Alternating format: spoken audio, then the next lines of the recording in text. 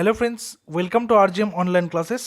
আজকে আমরা Indian constitution বা ভারতের সংবিধান থেকে ক্লাস নাম্বার 7-এ fundamental rights of Indian constitution বা ভারতের সংবিধান স্বীকৃত মৌলিক অধিকারগুলোকে অ্যানালাইসিস করব। তো আমরা আগের দিন জেনেছিলাম মৌলিক অধিকার মোট 6টা রয়েছে। কী সেগুলো? সাম্যের অধিকার, স্বাধীনতার অধিকার, শোষণের বিরুদ্ধে অধিকার, ধর্মাচরণের অধিকার, সাংস্কৃতিক ও শিক্ষার অধিকার এবং সাংবিধানিক প্রতিবিধানের অধিকার। সেগুলো কোন কোন আর্টিকেলে উল্লেখ রয়েছে সেগুলো আমরা করেছিলাম। আজকে আমরা জানবো এটার বিস্তারিত আলোচনা বা এটার অ্যানালাইসিস। সবার প্রথম যেটা রয়েছে সেটা হচ্ছে রাইট টু ইকুয়ালিটি, যেটাকে বলা হয় সাম্যের অধিকার, যেখানে আর্টিকেল নাম্বার 14 থেকে আর্টিকেল নাম্বার 18 এটার প্রভিশনস রয়েছে। তো কি কি রয়েছে? রাইট টু ইকুয়ালিটি বলতে ভারতের সংবিধান আমাদেরকে কি বোঝাতে চেয়েছেন, সমাজকে কি বার্তা দিতে চেয়েছেন। সংবিধান স্বীকৃত সাম্যের অধিকারে ধর্ম, জাতি, বর্ণ, লিঙ্গ, জন্মস্থান নির্বিশেষে সকল প্রকার ভেদাভেদ বিলুপ্তির কথা বলা হয়েছে। অর্থাৎ ধর্মের নামে ভেদাভেদি, জাতি পাতি, উচ্চ জাতি নিম্ন জাতি, বর্ণ উচ্চবর্ণ নিম্নবর্ণ, লিঙ্গ অর্থাৎ পুংলিঙ্গ স্ত্রীলিঙ্গ বা ট্রান্সজেন্ডার, জন্মস্থান কে কোন জায়গায় জন্মগ্রহণ করেছে, গ্রাম না শহর নাকি প্রত্যন্ত এরিয়াতে, এই সমস্ত এই সমস্ত মিটারে বা এই সমস্ত ধ্যান ধারণার ভিত্তিতে কিন্তু ভেদাভেদ করা যাবে না, সেই ভেদাভেদের বিলুপ্তির কথা বলেছে ভারতের সংবিধান, যেটা আমাদের আর্টিকেল নাম্বার 14 থেকে আর্টিকেল নাম্বার 18-এ নির্ধারিতভাবে উল্লেখ রয়েছে রাইট টু ইকুয়ালিটি পার্টটাকে সাকসেসফুলি রান করানোর জন্যে। এছাড়া এই অংশে আরও একটি কথা বলা হয়েছে, সরকারি চাকরি যে নিয়োগ রয়েছে বা সরকারি চাকরির যে ক্ষেত্র রয়েছে সেখানে প্রত্যেককে সমানভাবে অধিকারের সুযোগ দিতে হবে। সে যে কোনো ধর্মের লোক হতে পারে, সে যে কোনো জাতির লোক হতে পারে, যে কোনো বর্ণের হতে পারে, যে কোনো লিঙ্গের হতে পারে বা যে কোনো জন্মস্থানের হতে পারে। এটার একটা কারণ হিসাবে বলা যেতে পারে যে ভারতবর্ষ যখন স্বাধীন হয়নি, যখন ব্রিটিশরা ভারতবর্ষকে চালাচ্ছে বা তারও আগে যে সমাজ রয়েছে, সেই সমাজে কিন্তু জাতি, ধর্ম, এই সমস্ত লিঙ্গ, জাতির ক্ষেত্রে বলবো যে উঁচু জাতি নিচু জাতি, বর্ণ বলতে যে মানে বিভিন্ন রকমের বর্ণাশ্রম প্রথার উল্লেখ রয়েছে, লিঙ্গ বলতে যেখানে মহিলাদেরকে অনেক সময় কি একটা সময় এমন ছিল যে মহিলাদেরকে ঘর থেকে বেরোতে দেওয়া হতো না, সমস্ত কাজকর্ম বা সমস্ত বাইরের কাজে পুরুষরা ইনভলভ থাকতো। তো সেই সমস্ত ব্যাপারের যে বিধিনিষেধ, এই সমস্ত ডিসক্রিমিনেশন যেটাকে বলা হতে পারে ভেদাভেদ, সেই ডিসক্রিমিনেশনকে কিন্তু বন্ধ করার, অ্যাবলিশ করার জন্যই রাইট টু ইকুয়ালিটি পার্টটাকে উল্লেখ করেছে। কে উল্লেখ করেছে? ভারতের সংবিধান, যেখানে আর্টিকেল নাম্বার 14 থেকে 18-এ উল্লেখ রয়েছে। নেক্সট যেটা রয়েছে সেটা হচ্ছে রাইট টু ফ্রিডম। দেখো, ফ্রিডম কি? স্বাধীনতা। আমরা কবে ফ্রিডম পেয়েছি? 1947-এ।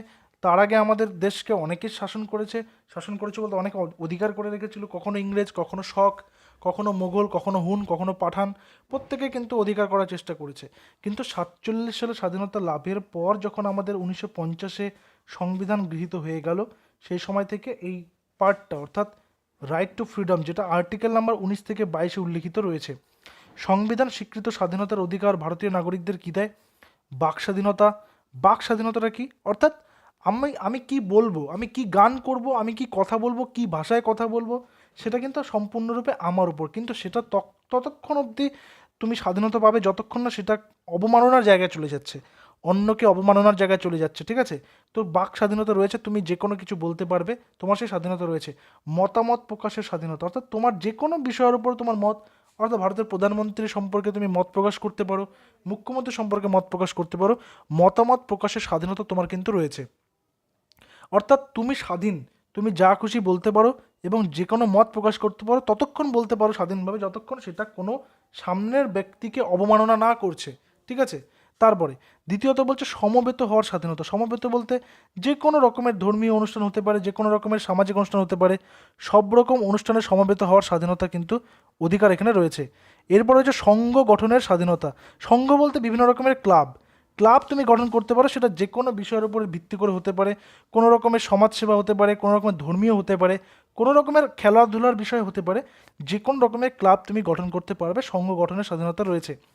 সবথেকে ইম্পর্ট্যান্ট পেশা নির্বাচনের স্বাধীনতা। এইটা উল্লেখ করার কারণটাই হলো ভারতবর্ষে একটা সময় এমন ছিল যে আহ, একটা জাতিভেদ প্রথাটা কিন্তু ভারতবর্ষকে একদম কি করে নিয়েছিল বলতো, যে একদম সমাজ থেকে একটা কলুষিত করে ফেলেছিল, যে ব্রাহ্মণ তার ছেলে ব্রাহ্মণ হচ্ছে, যে মুচি তার ছেলে মুচি হচ্ছে, যে ছুতোর তার ছেলে ছুতোর হচ্ছে, অর্থাৎ বাবার পেশাটাকে ছেলেকে গ্রহণ করতে হচ্ছিল।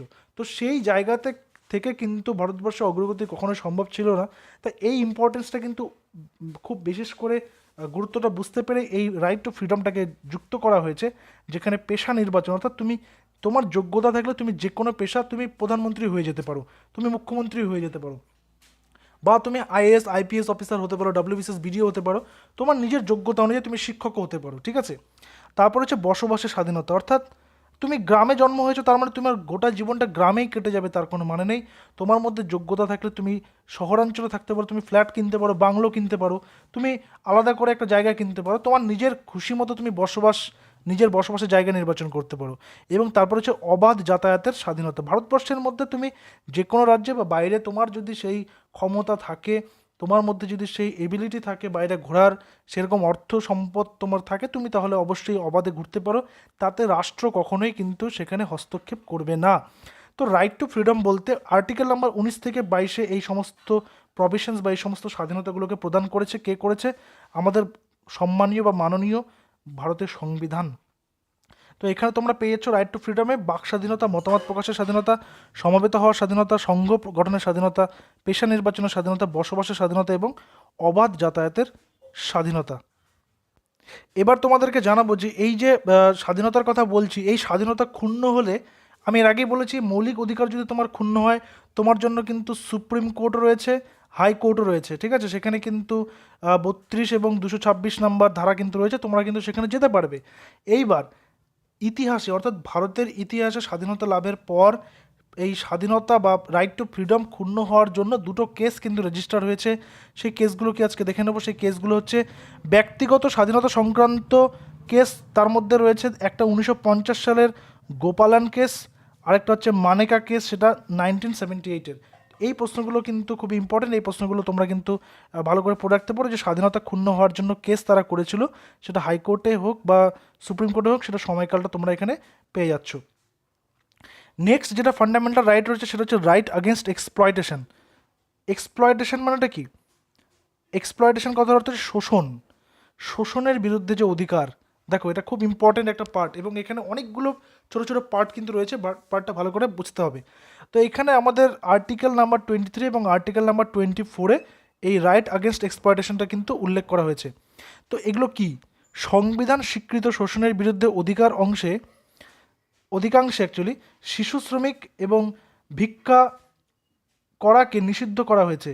অর্থাৎ সংবিধানে যে পার্টটাতে রাইট এগেনস্ট এক্সপ্লয়টেশন বা শোষণের বিরুদ্ধে অধিকার, এই যে পার্টটা রয়েছে, এই অংশটাতে শিশু শ্রমিক বা চাইল্ড লেবার এবং ভিক্ষা করা, এই দুটোকে নিষিদ্ধ করা হয়েছে। ভিক্ষা করাকে নিষিদ্ধ করা হয়েছে কেন? তার কারণ হচ্ছে তাদেরকে ভাতা দেওয়ার ব্যবস্থা রয়েছে, এবং শিশুদের ফান্ডামেন্টাল এডুকেশন যেটা, বুনিয়াদের শিক্ষা যেটা, সেটাকে কিন্তু গুরুত্ব দেওয়ার জন্য শিশু শ্রমিক বা শিশু শ্রমটাকেও এখানে কিন্তু খুব কঠোরভাবে দমন করা বা কঠোরভাবে প্রহিবিট করা হয়েছে বা নিষেধ করা হয়েছে।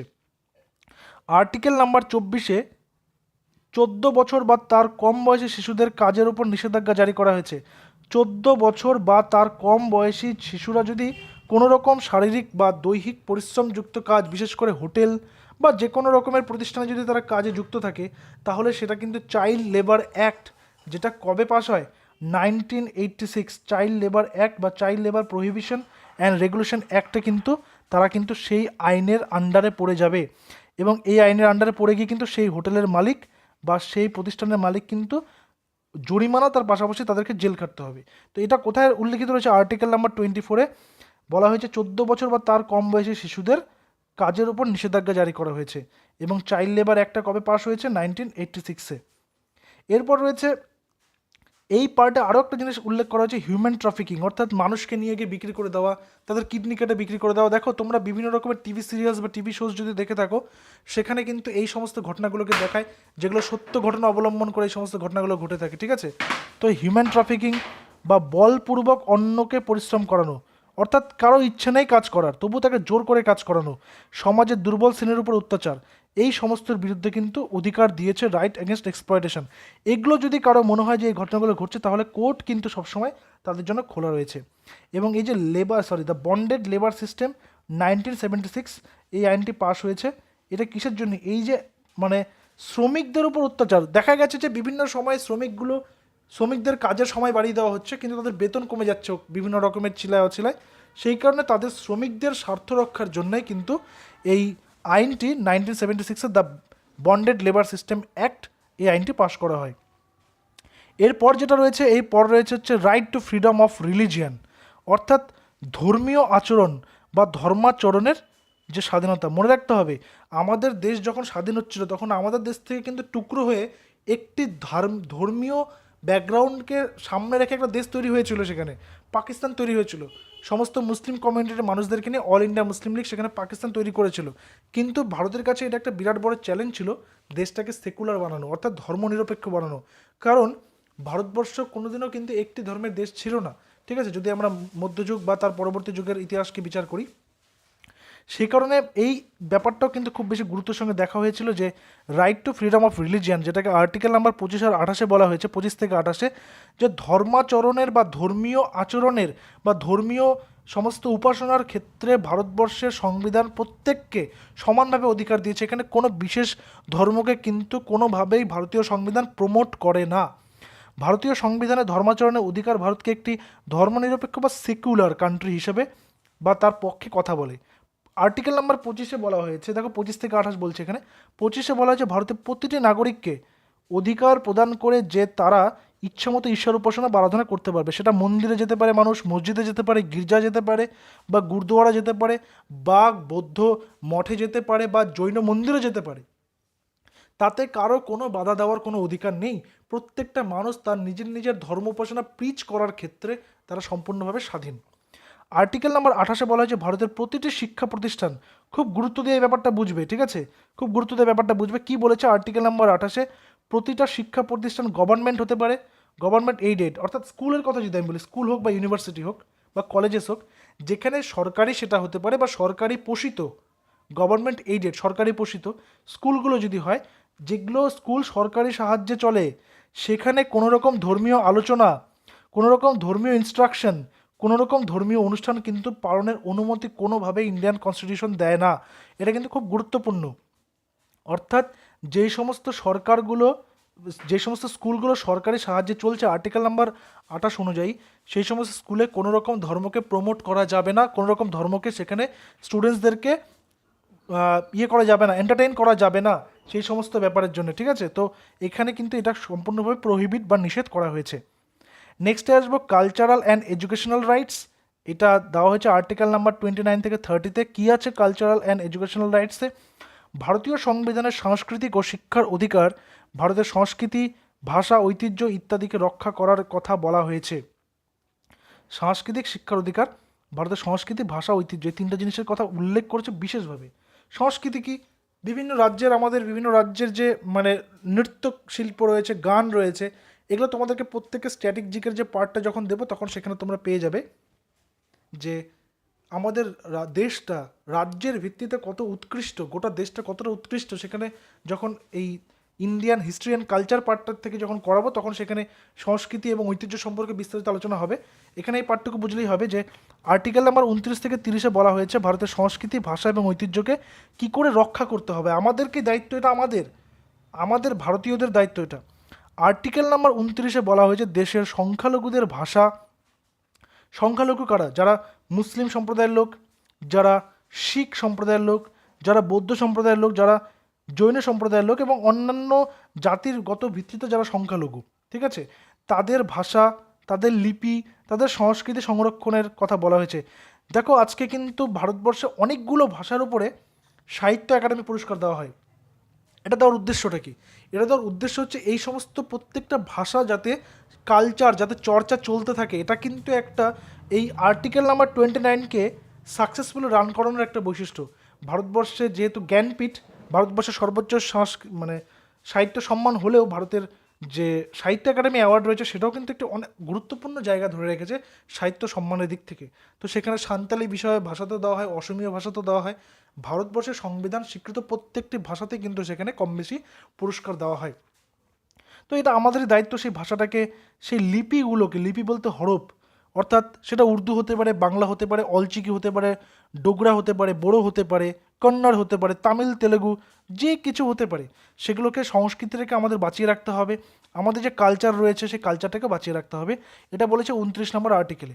আর্টিকেল নাম্বার 30-এ বলেছে সংখ্যালঘুদের শিক্ষা প্রতিষ্ঠান স্থাপন, অর্থাৎ বিশেষ করে আমি যদি বলি ভারতবর্ষে মাদ্রাসা, মুসলিমদের জন্য মাদ্রাসা, সেটার প্রভিশন কিন্তু আর্টিকেল নাম্বার 30 সেই অনুমতি কিন্তু দেয়, যে মুসলিম সম্প্রদায়ের তাদের ভিন্ন রকমের স্কুল প্রতিষ্ঠানের জন্য সেই অনুমতি কিন্তু সংবিধান তাদের দিয়েছে, এবং তারা নিজেদের মতন করে সেই সংস্থা কিন্তু পরিচালনা করতে পারবে, সেই অধিকারও তাদের দেওয়া হয়েছে।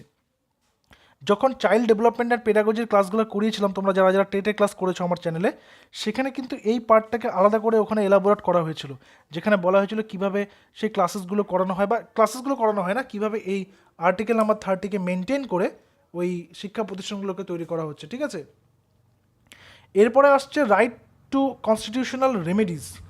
রেমেডি মানে কি? রেমেডি মানে হচ্ছে প্রতিকার, তাই না? দেখবে যারা জ্যোতিষশাস্ত্রের অনুষ্ঠান কেউ দেখো বা যারা এগুলোতে বিশ্বাস করো, ঠিক আছে, এটা এখানে বিশ্বস্ততার ব্যাপারে যাচ্ছি না, কথার কথা, দেখবে তারা কিন্তু যখন জ্যোতিষীর কাছে গেল, জ্যোতিষশাস্ত্রে বা কোনো গুরুদেবের কাছে গেল, তার ভবিষ্যৎ সম্পর্কে একটা তারা প্রেডিকশন করে বললো তোমাকে রেমেডি নিতে হবে, অর্থাৎ তোমার এই গ্রহের দশা রয়েছে, তোমাকে এই আংটিটা তুমি যদি পড়ো তাহলে তোমার এই দশাটা চলে যাবে। তো এই আংটিটা হচ্ছে রেমেডি, অর্থাৎ কোনো একটা সমস্যা থেকে বেরিয়ে আসার জন্য যেই পথ বা যে জিনিসটা আমি গ্রহণ করছি সেটা হচ্ছে রেমেডি, বোঝা গেল? তাহলে এখানে রাইট টু কনস্টিটিউশনাল রেমেডি কথার অর্থ হচ্ছে, যদি কখনো কোনোভাবে কোনো মানুষের, কোনো ভারতের জনগণ নাগরিকের নিজের যদি এই সাংবিধানিক অধিকার, মৌলিক অধিকারগুলো কি হয়, বিঘ্নিত হয়, অক্ষুণ্ণ না থাকে, তাহলে কিন্তু তার জন্য প্রভিশন রয়েছে আর্টিকেল নাম্বার 32-এ। কী আছে সেটা একটু দেখে নেব। সংবিধান প্রতিবিধানের অধিকারের মাধ্যমে, সংবিধান প্রতিবিধানের অধিকার বা রাইট টু কনস্টিটিউশনাল রেমেডিস, মৌলিক অধিকার থেকে বঞ্চিত হলে সুপ্রিম কোর্ট ও হাইকোর্টের দ্বারস্থ হওয়া যাবে। সুপ্রিম কোর্ট এবং হাইকোর্টের দ্বারস্থ হওয়া যাবে। আর্টিকেল নাম্বার 32-এ মৌলিক অধিকারের সুরক্ষা নিশ্চিত করা হয়েছে, অর্থাৎ সুপ্রিম কোর্ট ও হাইকোর্টের দ্বারস্থ হওয়া যাবে। একটা কথা মনে রাখবে, প্রথম ক্লাসে আমি বলেছিলাম যে একজন বলেছিল ভারতের সংবিধানকে বা সংবিধানটাকেই কি বলেছিল, আইডেন্টিটি কার্ড ইয়েরাকে, সরি, সংবিধানের প্রিয়াম্বলকে, তাই না? প্রিয়াম্বল মানে কি? প্রস্তাবনা। প্রস্তাবনাকে বলেছিল ঠাকুরদাস ভার্গব বলেছিল সোল অফ দ্য কনস্টিটিউশন। এইখানেও দেখো ডক্টর বি.আর. আম্বেদকর সংবিধানের 32 নম্বর ধারাকে বলছে the soul of the constitution and very heart of it. এখানে যে জিনিসটা তোমাদেরকে বলার জন্য আমি ওই উল্লেখ করলাম যে ঠাকুরদাস ভার্গব সোল অফ দ্য কনস্টিটিউশন বলেছিল কোন জিনিসটাকে? সংবিধানের প্রস্তাবনা পার্টটাকে, যেখানে বলা হয়েছে যে ভারতবর্ষের জনগণের সার্বভৌম, সমাজতান্ত্রিক, ধর্মনিরপেক্ষ, গণতান্ত্রিক, সাধারণতন্ত্র, ওই যে পার্টটা, ওটাকে। কিন্তু ডক্টর বি.আর. আম্বেদকর, যিনি খসড়া কমিটি বা যিনি ড্রাফটিং কমিটির চেয়ারম্যান ছিলেন, তিনি বলেছেন এই যে 32 নম্বর আর্টিকেলটা, বুঝতে পেরেছো কতটা গুরুত্বপূর্ণ? তাহলে সেটাকে soul of the constitution and very heart of it বলে উল্লেখ করেছেন। অর্থাৎ মানুষ যখনই কোনো রকম সমস্যা বা কোনো রকম ফান্ডামেন্টাল রাইটস থেকে বঞ্চিত হবে, তখন তারা কোর্টে যেতে পারবে, সেটার অধিকার তাদের রয়েছে। তো আজকের ক্লাসটা এই পর্যন্ত। পরবর্তী ক্লাসে আমরা আরও অন্যান্য টপিক আলোচনা করব ইন্ডিয়ান কনস্টিটিউশন থেকে।